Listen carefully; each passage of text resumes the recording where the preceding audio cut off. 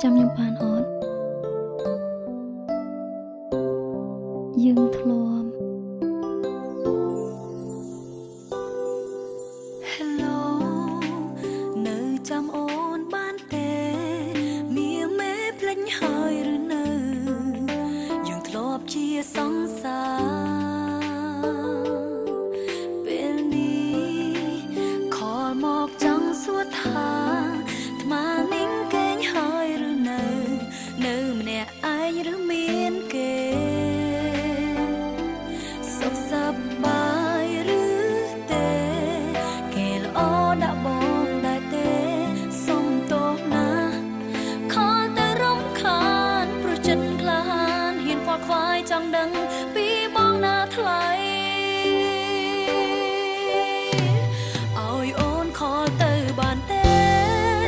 ឬបងខ្លាចគេអន់ចិត្តតែប្រាប់គេទៅកុំគិត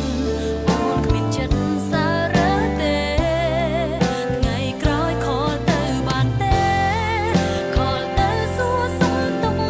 បងបានទេទោះគ្មានសិទ្ធិជាមនុស្សបងស្នេហ៍សុំត្រឹមតែអាចខលទៅយូរម្ដង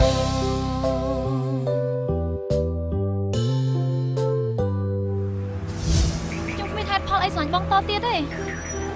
ឃើញខ្ញុំអក្រក់អត់គេថាឲ្យបងមិនខ្លះបងខ្មាស់គេអត់ខ្ញុំចង់ឲ្យបងខ្មាស់គេទៀតទេយើងបែកគ្នាទៅដឹងថាផ្លូវដែលយើងធ្លាប់ដើរគ្មានថ្ងៃនឹងអាចសារើព្រោះជារឿងដែលកន្លងមិនសុំឲ្យបានជួបមុខប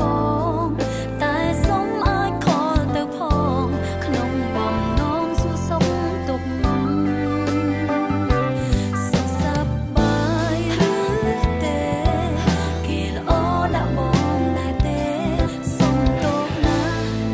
ខលតែរំខានព្រោះចិត្តក្លាហានហ៊ានខ្វល់ខ្វាយ